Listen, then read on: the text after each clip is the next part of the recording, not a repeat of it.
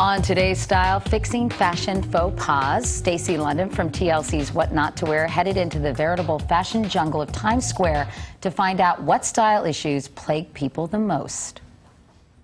Tell me what your biggest fashion dilemma is. Oh, how to fit plus-size clothes and look good. What length should I wear my skirts? Very good question. I like long, but people say I should wear short. They're right. It's hard to find a tall jean that fits really well because I have long legs and it's really hard to find. Like a pink with a hot pink can go. But then you have to take your turquoises with blues and leopard, very little leopard. You can wear leopard, but only in small amounts. Could you tell me what's your biggest fashion dilemma? I don't think they make as many choices for men as they do women. Thank you. Do you have trouble shopping for bags? Yes, I do. Yes, we know. You don't want to dress too young, but you don't want to dress too old. You're kind of at the in-between age. Is there something that you have trouble finding that you wish you could find a good fit for? A shirt that buttons up the front that doesn't give me the gap. My fashion problem is that, like, I don't have a job. I'm like a poor college kid. Why are you wearing hose if it's going to be 80 degrees? I never wear walking shoes without hose. Oh my gosh. I don't ever want to see you in knee-high hose again. That is shocking. Stacy London, good morning. Nice to see you. Good morning. I just relived that whole experience in Times Square. It made you all, like, break out in a cold sweat. A little What bit. are the most common fashion mistakes, though, really? I mean, we saw some examples there, but what most often makes you say, oh, my God, Yeah. Like, what is she doing? I'm terrified. Well, there's a couple things. I mean, the first thing is that women who dress age inappropriately, you know, you got to let go of your youth when it's gone. And you see that a lot now with the sort of rise of the cougar. Yeah. Exactly. No, really, we did a whole segment on these, on women in their 40s and 50s who don't have to kind of give up their sexuality. On the other hand, when you're wearing the same jeans as your 14-year-old, you know there's a problem, don't you think? I absolutely agree with that. And I also think that you look like somebody who's chasing after a past youth rather than looking terrific for your age. So you should embrace the age you are, but that doesn't mean looking dowdy and frumpy. It just That's means exactly not right. trying to look like a teeny bopper. Exactly. What other ones? The clothes that don't fit. Here's the biggest problem, really the biggest problem overall for women, I think, is that they just assume they're going to be a cookie cutter size. A 2, 4, 6, 8, 10, 12, 14. Well, that is a joke, because today, one woman's 2 could be another woman's 14. I mean, the sizes range so dramatically, don't you think? Yes, and not just that. Even within those different range of sizes, women, we all have different shaped bodies. We all have different measurements. Nobody is going to be a cookie cutter size. So you have to try things on and make sure they fit. Absolutely. And then you also need to embrace the idea of a tailor for a really great wardrobe that always makes you feel and look your best. What if your weight fluctuates, though? Well, it depends how much it fluctuates. Really, 10 pounds you can get away with in clothing. All right. After that, you start to have issues. So we have some examples of people with various issues, fashion issues, and how to solve them. First, we have Jen. Jen has the unfortunate problem of having long limbs. I'm so sorry, Jen. Yeah. Yeah, I know. It's just so upsetting. But in reality, this can be an issue because sometimes it is hard to find clothes that are long enough for those long, lanky limbs. It's a problem. So what's the advice? Okay, 2 things. 1, you either have to find jackets or shirts that really do come to the bottom of the wrist, or you cannot ever assume that a 3/4 length sleeve is going to make it look okay. Like, oh, I did a short length on purpose. A 3/4 length is going to look awkward. You've got to actually shorten the sleeve to the elbow in order for it to work. Right? So you either go full length or to the elbow, and that requires a little bit of tailoring. Also, pants.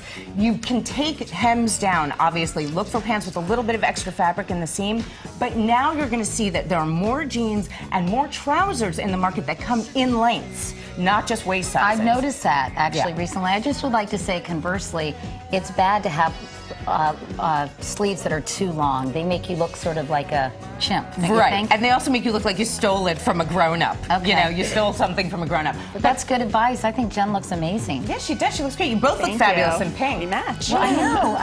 Yeah, that's true. Salmon. It's kind of salmon. All right, thank you, Jen. Now we have Vicky, who has a bigger bust. Wanted to share that with America, Vicki. Yes. And sometimes people with bigger busts, what do they do wrong? Well, the problem is that when you're looking for a jacket or even a button front shirt, the tendency is to fit the shoulder and not the chest. Okay, you have to fit the largest part of you first. If that is your chest, if it is big in the shoulder, you can have shoulders taken in. You can have sleeves narrowed. Should you always be able to button a jacket, or can you buy one that you can't button? Katie, such a good question. Thank you, Stacy. You know you got to button that jacket. I'm a dedicated news professional, so you do. You have to be able to button it. Yes, and if it starts to pull, even if you don't wear a button, even if you don't wear a button, it has to fit that way. If it starts to pull, you can always have tiny invisible snaps sewn in between the buttons so that it will stay closed and you have that extra security. And also, you'll notice with this trouser, Vicki has shorter legs. She's got a longer torso, shorter legs. She's still above average height. She's 5'5". When you have trouble finding lengths in pants, try petites, even if you're not a petite height. Really? Yep, because the rise will fit better and you can always have the legs taken down. What a good tip, Stacy. I try. All right, thank you very much, Vicki. Laura is our next model, and Laura has, I guess this is an example of how to accentuate and enhance your skin tone. Yes. And one of the Tell us about that, Stacy. I will. One of the things that becomes an issue is that people say, oh, I don't know what color I am. I don't know whether I'm a winter or a summer. You know what? You could be a fruit cocktail. Yeah. Frankly, none of that stuff matters. You need to try things on, but what's most important is that all women, regardless of ethnicity, either have a yellow undertone or a pink undertone in their skin. And Laura has a yellow undertone. She's got a yellow undertone, but what we've done is we've used another saturated citrus to actually brighten her skin tone and contrast her hair color. You want to do one of two things. You want to either de-emphasize the undertone in your skin if it's particularly strong, or you want to complement it, which is what we're doing here. You want to complement or contrast eye color and hair color. Well, I think she looks beautiful. And brown, also a much better neutral for her than black. Otherwise, she would look like she was dressing up for Halloween. So if you're pink tone, what color should you wear? Well, if you're pink tone, blue undertones generally are the most impressive on anybody because it just takes down the pink or the yellow enough. Okay, thank you so much, Laura. Now we have Chrisandra, a plus-size person who says she has trouble finding clothes that flatter her body. So what's the best advice you can offer? Well, really, honestly, is that plus-size women have to dress like mainstream size women. You always want to create an hourglass effect. Halter dresses can work just as well on plus size women if they get convertible strap halter bras. Look for ruching at the waist and a great A-line skirt. And stay away from muumuus. You know, yeah. You can show off your body even if it's, you know, if it's a larger size. And finally, we have Jessica. Oh yeah, Jessica. All right, we're saving the best for last. This is how you make your derriere look more petite. Yes, and Jess, I'm going to ask you to do a little spin here because Jess has a great tush. Do not get me wrong here. Baby's got back, sister. Yeah, but what's great about that is that really you have to consider the entire body. We did a flutter sleeve on this top, and we did a cinched waist belt, right? That's part of the shirt. That is going to give you an hourglass shape. It's going to balance the tush in the hips. You also want a great pair of trousers that have a wide leg, but it's the whole body that you need to consider. You can't. Heels are helpful too, don't you think? Heels are helpful, but you Minimizing. can't spot style. You can, like spot training, you got to consider the whole line of the body. Well, I think you look beautiful, Jessica. Come on out, ladies, so we can say a thank you and such good check colors. You out one last time. Thanks so much for coming by. I think you all look wonderful. And Stacy. Thank you. I know you'll be keeping the world safe for fashionistas everywhere without me. Yes, but I will miss you. Thanks, Stacy. Very much. Anyway, for more information on these and other fashion fixes, go to our website at today.msnbc.com. I should lose these glasses, shouldn't I? We'll be back in a moment, but first, these messages. On Today's Style, fashions your kids will love. As any parent will tell you, getting your kids dressed in the morning can sometimes be like World War III. Well, we have got some inexpensive outfits that will keep those battles at bay. Stacy London, Today's Style expert and co-host of TLC's What Not to Wear, is here with 13 of her closest friends under the age of 12. Yes. Who are very happy to be here, I should add. We're very happy to be here and sort of not paying attention to us. They're really not. No, they're not. Anyway, their options for parents for dressing up the kids have exploded. Yeah, absolutely. Designers are really gearing toward kids, much more so these days, aren't they? Much more. I think that designers are really starting to take a look and answer the call that parents have sent went out saying, you know, we want to dress our kids well. We want more style and more variety. You're also finding that kids' clothes are now in different ranges, where in department stores would be 7 to 14 for girls. Now you'll find toddlers in a specialty store. They're popping up all over the place. Preteen, even 6 to 9. So there's a real specialization in the industry. We have divided up our plaza today into sort of 4 events that you would typically be dressing your kids for. The first one being a barbecue. Yes. And we've got 4 of our guys. Well, one of them's run off, but right. Come on, Jaden. Hey, Jaden, how are you? Okay, Kira, come here. Let's start with Kira. Let me start with you. Kira's our oldest. Right, Kira's our oldest. You look great. How's your barbecue? Good. Good. Yeah? Excellent work. Yes, what we're doing with Kira is that this is sort of the new tie-dye. It's kind of a dip dye. Yeah. It's got this great silk screen on it, and girls love cha-cha. You know, a denim skirt is fantastic, but look for something with a little bit of embellishment, because they love it. Kira, you are a natural. Do you like your outfit? Yes. It looks great on you. I love it.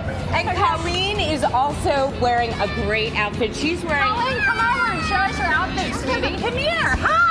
Wow. Oh. Okay, look what I got here.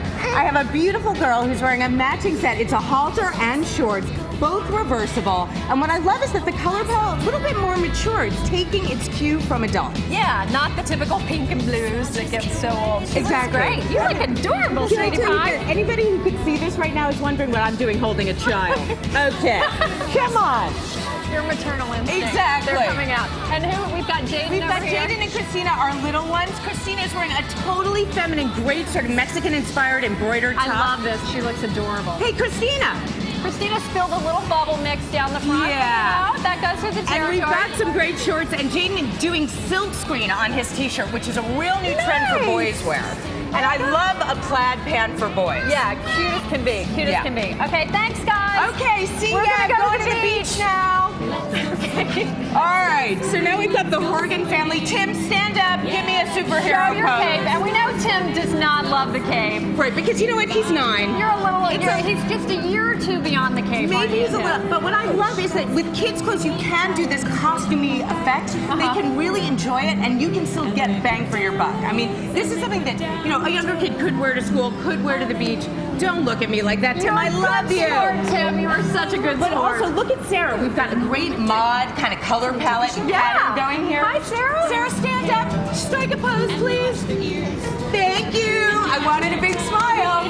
And Caitlin, a little bit older, is doing a great basic, a terry cloth dress that can go as a swimsuit cover-up, and she can wear it to a picnic as well. And it's real easy. Easy peasy. And she looks that's beautiful. what parents love is easy. You look beautiful, darling. Yeah, and I should say that all the shoes come from East Side Company. Okay. And definitely the cape is available at Bobo Brooklyn. Yeah, the cape is key, given Superman popularity. I mean, that is key, and it comes in every color of the rainbow. Okay. Bedtime. Bedtime. Hey, time for getting dressed up. How beautiful are our girls? Kayla is the dressed up one, I have to say. The little princess. I know. But Maggie, it's a good idea to think about this, right? Because it gives the kids a reason to want to go to bed. Hey, let's go put on our nice clothes and have fun and say dress up or get real comfy, like in a great suit like this that Maggie's wearing that has pants and a scrunchie that also matches it. You can mix them A little up. scrunchie for the hair. Exactly. Wow. And Hannah is definitely doing the most comfortable robe you can get. So comfortable. She's never going to want to take it off. And I think robes are kind of an afterthought for us. I know. We and were for to buy kids. one, but that looks great. It's so comfortable. For running around the house in really soft material. Hannah, do you like that robe? Yeah.